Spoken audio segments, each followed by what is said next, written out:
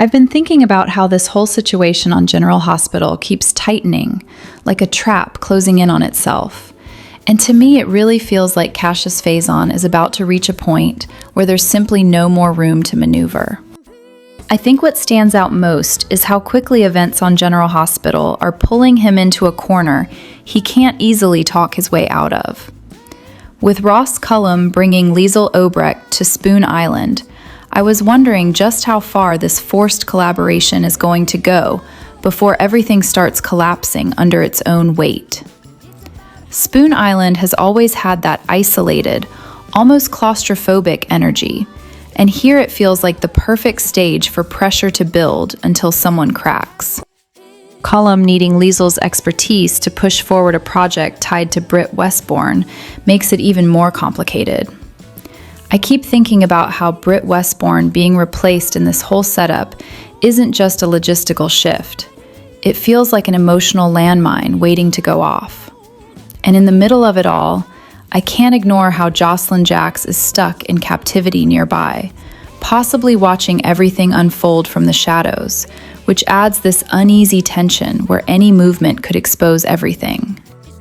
Then there's Jen Sidwell stepping in early with information about Britt's replacement, and I keep wondering if that's the moment where things start slipping out of controlled hands. Because once Cassius is left to deal with the fallout, especially what feels like a mutter situation, I think the real pressure begins to show. What really feels like the emotional core of this, though, is Cassius having to face Leisel directly when she wakes up and starts asking the questions no one wants to answer. I was wondering how long he can maintain the deception before it becomes impossible to hide who he really is. And then it hits me. The upcoming admission isn't just strategic, it's deeply personal. When Nathan finally confesses, I think it's going to land like a shockwave for Leisel. The idea that Nathan West never truly returned and that Cassius is actually his twin brother reframes everything she thought she understood about loss and hope. I can't help but feel that realization will break something inside her, especially considering how fragile that emotional thread has always been. And then there's the shadow of Caesar Faison woven into all of this.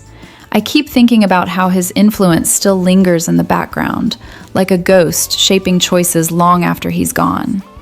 If Cassius explains that this hidden existence was part of Faison's design, it only deepens the sense that Leisel has been pulled into a nightmare, constructed long before she even realized it. What I find most unsettling is that even after all of this, the control over the project tied to Sidwell and Cullum still hangs over them like a threat they can't ignore. I was wondering if Leisel will ever truly cooperate again once she understands the full truth, or if she'll resist no matter the consequences.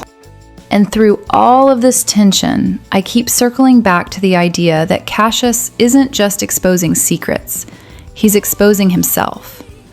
And once that truth is out, there may be no way to reverse what it does to everyone involved. I think what stands out to me in this stretch of events is how everything in Port Charles feels like it's tightening at once. Legal pressure, medical ambition, identity shocks, and, underneath it all, secrets that refuse to stay buried. It almost feels like everyone is one wrong turn away from everything collapsing together. I was wondering how far things would escalate for Joselyn Jax, and now I'm seeing her being pulled into something far more disturbing than she expected. When Leisel Obrecht is brought into captivity beside her, I think Joselyn isn't just shaken, she's forced into a situation where confusion and fear blend into survival mode. There's no preparation for waking up next to someone like Leisel Obrecht under those circumstances, especially when nothing about the situation feels controlled or safe. At the same time, I didn't realize how layered the Cassius situation was becoming until the truth about identity and replacement started circling back. Cassius Faison finding out that Obrecht is effectively being positioned in Britt Westbourne's place feels like one of those turning points where denial is no longer possible. I think the unsettling part is how this connects back to Britt Westbourne. as if absence itself has become something others are trying to fill, manipulate, or exploit. Meanwhile, in the more grounded but no less tense corner of this story, I keep thinking about how fragile control has become for everyone involved in Curtis's orbit. Portia Robinson asking for restraint from Isaiah Gannon makes me feel like she's trying to hold back a chain reaction. I don't think it's just about legal consequences for Curtis Ashford. To me, it feels like Portia is more worried about emotional fallout, especially the impact on Trina Robinson, who is already carrying too much weight for one person. And then there's Kai Taylor, who seems to be observing Trina's pressure with a growing concern that is almost impossible to hide. I was wondering if his support would stay subtle, but now it feels more direct, almost like he's trying to protect her from burning out before her showcase even begins. I think Trina can sense something is off, which only adds another layer of tension between them. Curtis, on the other hand, is making choices that suggest he's preparing for a much bigger fight. When I hear that he wants a specific attorney, I think it signals he's no longer thinking in terms of quick fixes. The idea of him turning to Alexis Davis feels strategic, like he's trying to align himself with someone who understands both law and survival in equal measure. Elsewhere, the Sidwell and Casius thread feels like it's moving into darker territory. Jen Sidwell stepping back from the Britt search doesn't feel like a retreat, it feels like a redirection. I think that's what makes it more unsettling. And when Ross Cullum suddenly becomes the one forcing Leisel into completing Britt's unfinished work, it creates this uncomfortable sense of coercion closing in on her from every angle. What really caught my attention is the parallel Captivity. Obrecht waking up unconscious in the same place as Joselyn. I was wondering how long it would take before those worlds collided, and now it's happening in a way that feels deliberately chaotic. Joselyn demanding answers. What did you do to her? Feels like the first crack in a much larger confrontation that's about to unfold. In the background of all this chaos, I keep returning to the uneasy alliance forming between Laura Collins and Sonny Corinthos. I think Laura's idea of ending a nightmare together without crossing irreversible lines is idealistic but also fragile. There's this quiet tension in her belief that they can neutralize threats like Sidwell without crossing into darkness themselves. And finally, there's a softer but still significant shift happening with Christina Corinthos Davis. I didn't expect her announcement about medical school to land with such weight, but I think it represents a turning point more than just a career change. Even Lucas Jones being surprised feels symbolic, like people are realizing Christina is stepping into a version of herself that requires discipline, distance, and a completely new identity. To me, everything happening here feels like a web tightening from multiple directions at once. Some characters are fighting legal battles, some are fighting identity erasure, and others are quietly trying to grow into new lives while chaos closes in around them. I think these upcoming days in Port Charles are setting up one of those classic stretches where almost every conversation feels like it's hiding a second agenda. To me, it feels like the story is deliberately tightening around family pressure points, secrets that refuse to stay buried, and a few characters finally reaching their breaking limits. I was wondering how long things could stay calm for Brooklyn Quartermain, and it looks like that answer is not long at all. Her reaching out to Sonny Corinthos suggests she's cornered in a way that pushes her past pride. I get the sense she's juggling more than she can openly admit, whether that's personal conflicts, business pressure, or complications tied to people like Chase and the tangled relationships around her. I think when someone like Brooklyn turns to Sonny, it usually means she's out of quieter options. At the same time, Carly Spencer stepping into action feels like the kind of move that rarely stays contained. I was thinking about how her urgency around Joselyn Jacks could easily spiral into something bigger than intended. It doesn't feel like she's just reacting anymore. It feels like she's preparing to take control. And in Port Charles, that almost always reshapes everything around her. especially when figures like Jack Brennan are involved in the background. Then there's the tension building around the baby shower for Portia Robinson.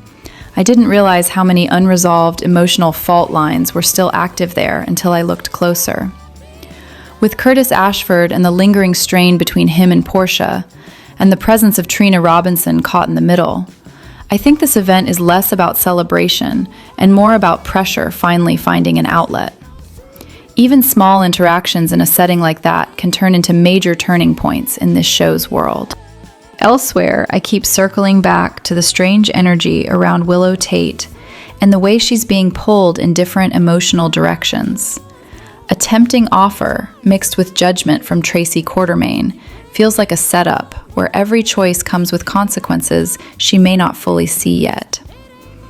I think this is one of those moments where Willow's decisions will quietly ripple outward rather than explode immediately. And then there's that lingering mystery around Nathan. I was wondering how many people are going to question what they think they know, especially when figures like Nina Reeves and others start checking in and noticing inconsistencies.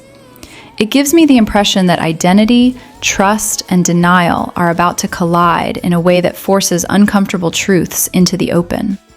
Even smaller threads, like Dante Falconeri receiving difficult news, or Ava Jerome carrying a quiet guilt, or Valentine Cassadine warning Carly, feel like pieces of a larger emotional domino line. I think the show is carefully positioning everyone so that one event can ripple across multiple storylines at once. And finally, I keep coming back to the idea that even a single arrest involving Chase could shift alliances in unexpected ways. I was thinking it might not just be about who gets arrested, but what that moment reveals about everyone watching it happen. To me, it feels like this stretch isn't just about shocks or reveals. It's about pressure building quietly under familiar faces until the smallest spark changes everything. Friday, June 5th, 2026 feels like one of those days in Port Charles where every conversation is doing double duty. Half truth, half strategy, and nobody is fully in control of where it all lands. Coming off the last beat, where Pascal turned on Sidwell and Chase had to defend himself in front of Tracy, I think there's already this sense that alliances are shifting faster than anyone can track. To me, it feels like the ground is still shaking under everyone's feet. At Nina's place, I was watching what looked like an almost absurd domestic scene. Nina and Willow trying to exorcise Drew. But everything changes when Obrecht storms in like a force of nature. She immediately demands answers about Britt, convinced she's gone on the run and reached out for help. Nina and Willow deny it, but Obrecht isn't really there to be reassured. She zeroes in on Drew, even joking darkly that they should put sunglasses on him because he's blinking like he's sending SOS signals. I didn't realize how tense it all felt until Willow insists she's misreading everything, and Obrecht just calmly dismantles that idea. She points out there are barely any stroke symptoms, and the timing feels too convenient. To her, it's not about belief, it's about suspicion. What struck me most is that Obrecht doesn't even fully accuse them of anything. She just warns them.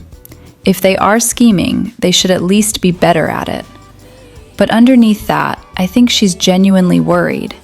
Britt is missing, and Huntington's is hanging over everything like a countdown no one wants to acknowledge. After Willow leaves, Nina and Obrecht shift into something more strategic. Nina wonders how to keep Willow focused on her current life, instead of circling back to old emotional entanglements. That's when Willow reveals she's planning to hire Chase, and suddenly the whole dynamic tightens again.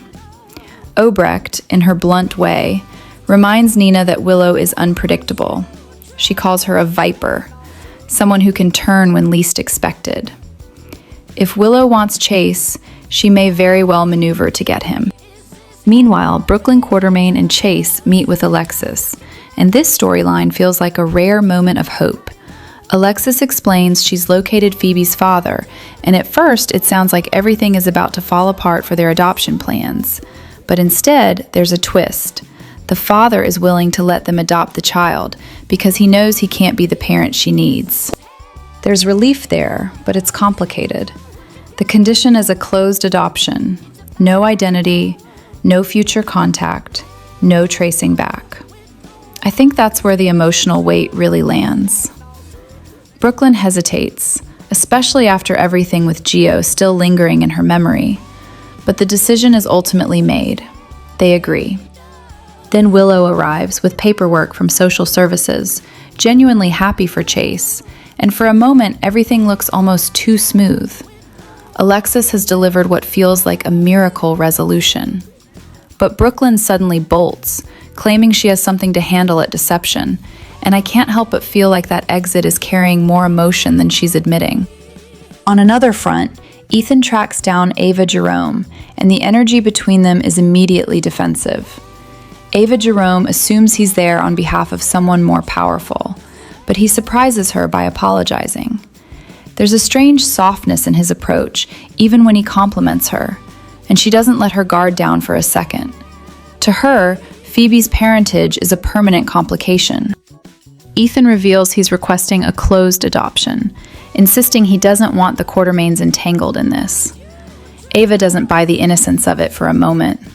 To her, everything feels like a setup waiting to explode later. I think she's less interested in his explanation and more focused on what leverage she can extract from it. Lucy walks in and instantly reads the tension in the room, making everything sharper just by her presence. Ava agrees to stay silent, but only if it benefits her. Nothing in her world comes without a return. Elsewhere, Brooklyn arrives and is flooded with memories of every confrontation she's ever had with Chase about Willow. I think that's the real emotional undercurrent of this episode. Even when agreements are made and futures are decided on paper, the past is still sitting in the room, uninvited and unresolved. I think the episode plays out like a tightly interwoven chain of power moves, emotional pressure, and people quietly trying to stay one step ahead of each other while everything is already slipping out of control. To me, the first thing that stands out is the tension between BLQ and Lucy. I was wondering how far BLQ is willing to go, because she arrives desperate, convinced that Willow is trying to take her husband. Lucy, instead of calming things in a traditional sense, leans into her usual dramatic confidence. She frames herself almost like a veteran of emotional warfare, insisting she understands the world of adultery better than anyone, and positioning BLQ as someone she can train through it. I didn't realize how much of this conversation is less about solutions and more about Lucy reinforcing control through confidence and manipulation of perception. Meanwhile, the Sidwell storyline shifts into something colder and more calculated. Cullum walks in on him fixated on a photo of Marco, and I think it's clear Sidwell isn't just operating professionally anymore. He's emotionally invested in something deeply personal, specifically revenge tied to his son's death. Cullum, on the other hand, feels purely strategic. He pushes the agenda forward, insisting they cannot lose focus on their larger project, even as Sidwell is spiraling into vengeance. I was wondering if this imbalance between them is exactly what will eventually cause their plans to fracture. There's also the rising issue of Britt's absence. Cullum doesn't treat it as a loss so much as a logistical problem that needs a replacement. To him, the operation just needs continuity, someone to step in and keep things moving, which makes the whole situation feel even more unsettlingly replaceable and disposable. On the other side of the story, Lucas returns with the envelope of photos for Sunny and Laura. For a moment, there's relief. Laura even believes it might finally be over. I think that hope is deliberately fragile. Lucas immediately undercuts it by warning them that this is not finished. Sunny wants Sidwell stopped through force, while Laura insists on legality. But the reality is they're both reacting to a system that hasn't protected them so far. Lucas's idea stands out to me as the most tactical. Rather than confronting Sidwell directly, they may need to provoke him, push him into exposing himself, and use that moment to bring in law enforcement. The safe becomes a possible key piece in that strategy.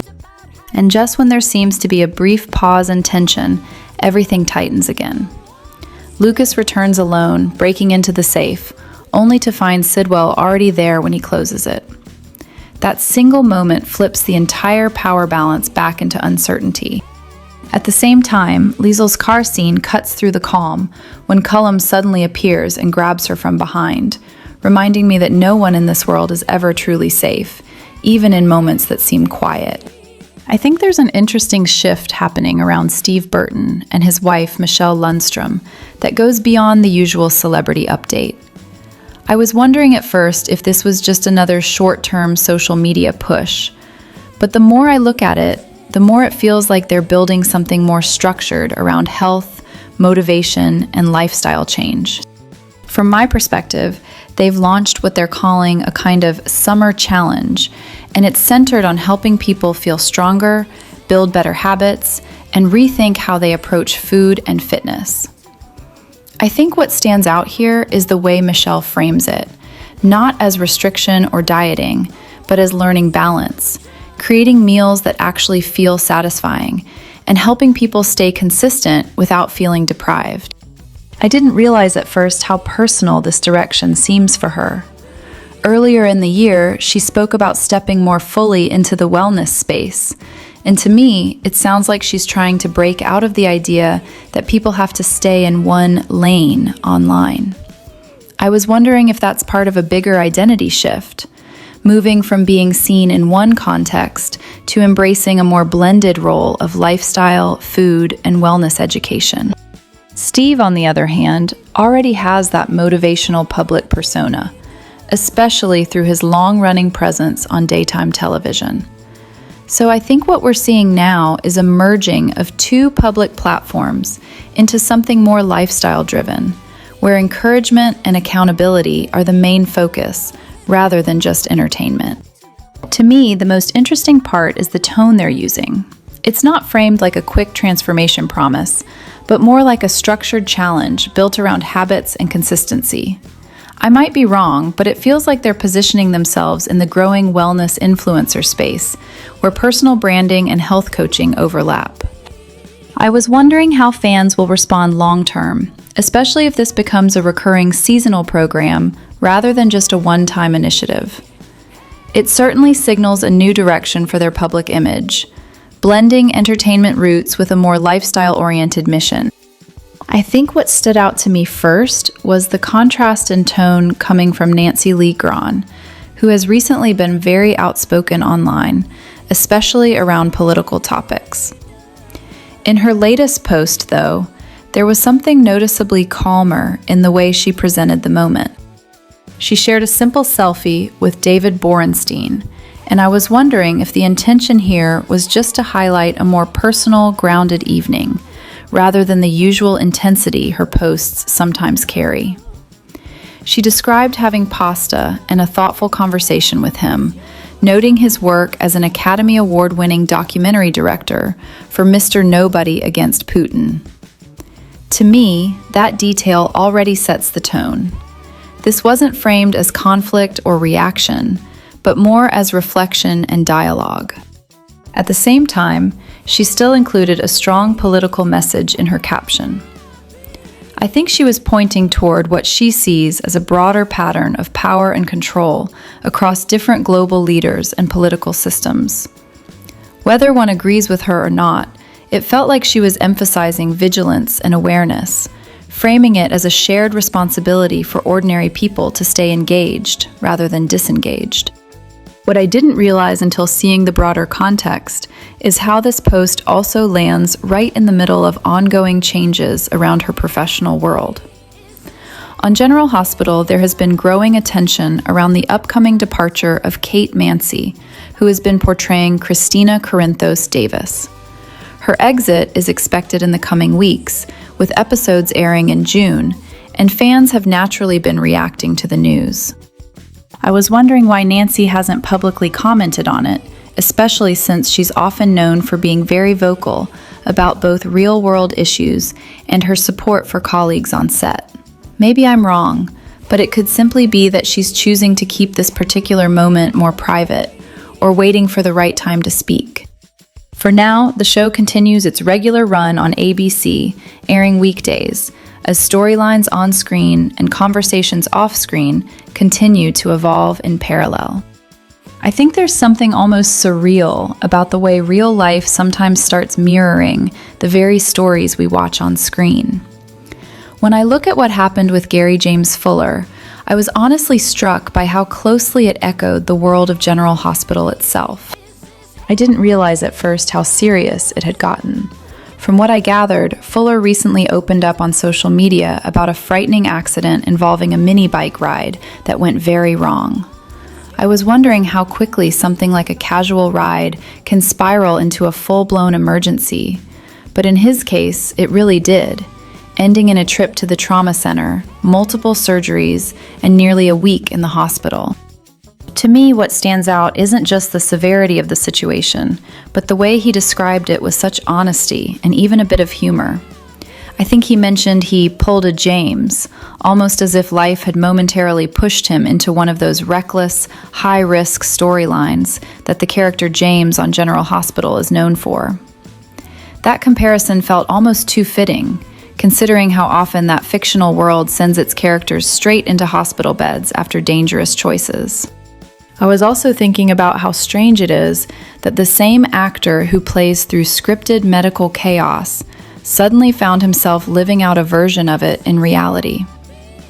There was a photo he shared, looking bruised but still smiling. And I think that detail says a lot about his mindset. Even in discomfort, there was this sense of resilience coming through. From what I understand, he's now recovering at home, and that in itself feels like a relief after such a serious ordeal. I didn't realize how quickly things progressed from a simple ride to surgeries and hospitalization, but I think what matters most is that he's on the mend now, getting stronger day by day. He also expressed gratitude toward the medical staff, which honestly feels like one of those grounded moments that cut through all the chaos. I was wondering how often people in his position really take a moment to reflect on that kind of support, especially when fans, castmates, and crew all rally around them at the same time. Now he's apparently looking forward again, back to baseball, racing, filming, and everything he enjoys. I think that return to normal life might feel even more meaningful after what he just went through. And in a twist that almost feels like it belongs in the script itself, I was thinking about how General Hospital spoilers hint at heavy upcoming drama for his character, especially with revelations tied to Nathan West and the shocking truth involving Cassius Faison. Maybe I'm wrong, but it almost feels like life and fiction are brushing too closely again. One recovering from real hospital chaos, while the other steps into scripted emotional fallout. To me, it all circles back to one thought. Sometimes the boundary between the stories we act out and the lives we actually live isn't as wide as we assume. On General Hospital, I've been thinking about how quickly things could shift for Willow Kane once Scout Kane suddenly enters a more mature phase in the story. I think it changes the entire emotional balance of Willow's current situation in a way she may not be fully prepared for. To me, Willow has been carefully maintaining this image of a devoted wife while dealing with a deeply complicated marriage to Drew. But I was wondering what happens when that carefully controlled environment gets disrupted by a teenager who is no longer a child, someone who might actually notice inconsistencies rather than overlook them. With Scout being recast by Caden Brenna Tokarski, I think the character's presence could carry a very different energy. I didn't realize at first how much that aging up decision could shift the dynamic, but now it feels like Willow's emotional balancing act could become a lot harder to maintain. I think about Scout Kane possibly returning from summer camp or stepping into a more observant, sharper teenage mindset. If that happens, Willow's hidden frustrations about her marriage to Drew might not stay hidden for long. Even small moments, an overheard conversation, a glance, or a half-truth, could start to feel significant when filtered through a teenager who is old enough to question what she sees. And I was wondering how that would play out if Scout starts noticing that Willow's feelings toward Drew aren't as committed as she publicly presents. Willow has already confided parts of her inner conflict to Harrison Chase, so it doesn't feel impossible that similar truths could slip out elsewhere without her realizing it. There's also the more tense possibility that Scout becomes more than just an observer. I think if Drew's condition remains unusual or suspicious, Scout might start connecting dots on her own. Even subtle signs, like unusual behavior or unexplained routines, could raise questions in a sharper, more aware version of the character. I was also thinking about how much depends on timing. If Scout re-enters the story after Drew's recovery has already started, Willow may believe she's already gained control of the situation. But even then, I don't think that guarantees safety from scrutiny. Teenagers don't need the full picture to sense when something is off. They just need enough fragments. And at the center of all of this is Willow's emotional exhaustion. She's trying to manage a marriage to Drew while also carrying guilt, pressure, and secrets that feel increasingly difficult to contain. I think Scout, as Sam McCall's daughter, naturally inherits a kind of instinctive intensity that could make her especially perceptive in these situations.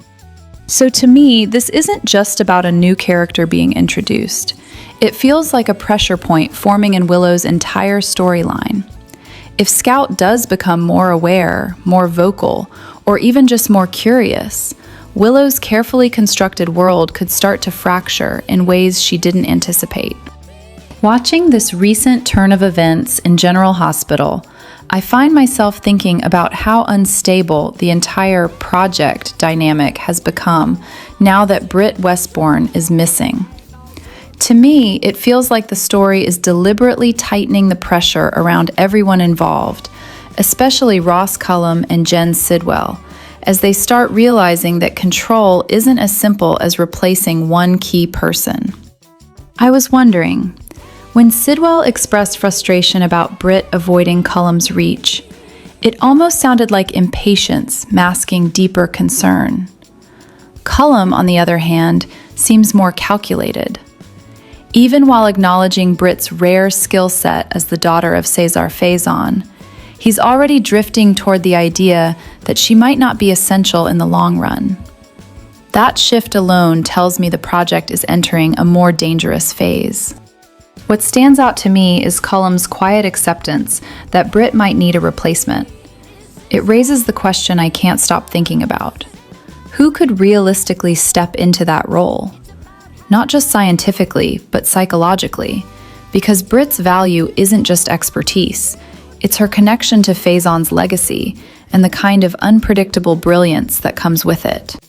Then my mind goes straight to Leisel Obrecht. I think it's almost too perfect in a dark, twisted way.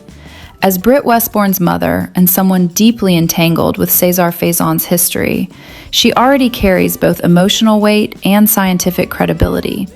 In theory, she could understand the final phase of whatever is being built here. But I also don't believe for a second that she would agree willingly. That's where things start feeling more coercive than strategic. From my perspective, Cullum and Sidwell don't seem like men who rely on consent when pressure is an option. Britt herself wasn't operating freely, so it wouldn't surprise me if they try the same approach with Obrecht, only sharper, more personal. I can almost imagine them using her loved ones as leverage, forcing her into a position where refusal stops being possible. And then there's that unsettling hint about a shocking surprise for Leisel. I can't help but wonder if that moment marks an ambush, or even a forced relocation into Sidwell's orbit, possibly Windermere. It feels like the kind of setup where she's brought in under the guise of negotiation, only to realize she's already inside a trap she can't easily exit. I also keep circling back to the idea of Nathan West, or what some are suggesting could be Cassius Faison. If that identity is being used as a control mechanism, then Obrecht's situation becomes even more psychologically layered. I think she would immediately sense something is off, But whether she can act on that suspicion is another question entirely. To me, the most dangerous part of this storyline isn't just the replacement of Britt Westbourne. It's the possibility that Cullum and Sidwell are building something where every choice is engineered. And if Leisel Obrecht is truly being positioned as the next piece, then I think we're looking at a situation where control, identity, and legacy all start to blur in ways that won't be easy to undo. I think what's been unfolding with Michael Corinthos lately isn't just a simple custody strategy anymore. It feels like it's evolving into something far more calculated, and maybe even a little dangerous in its own way. From my perspective, Michael has been trying to engineer a situation where Willow Tate and Harrison Chase end up looking like they're having an affair. I think the logic behind it is pretty clear. If he can create even the appearance of betrayal, it could destabilize Willow's political standing, damage her credibility in a custody fight, and leave her exposed to a public scandal she never anticipated.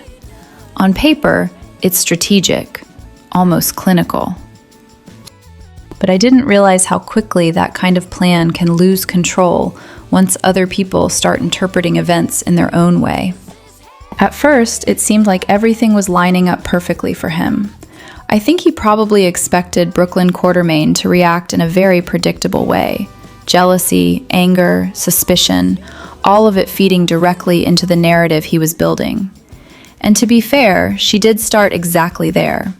She confronted Michael, convinced that Willow was coming after her marriage, and she was already emotionally committed to that conclusion.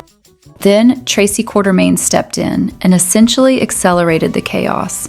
She saw Chase and Willow together and immediately assumed the worst, almost as if the outcome was already decided.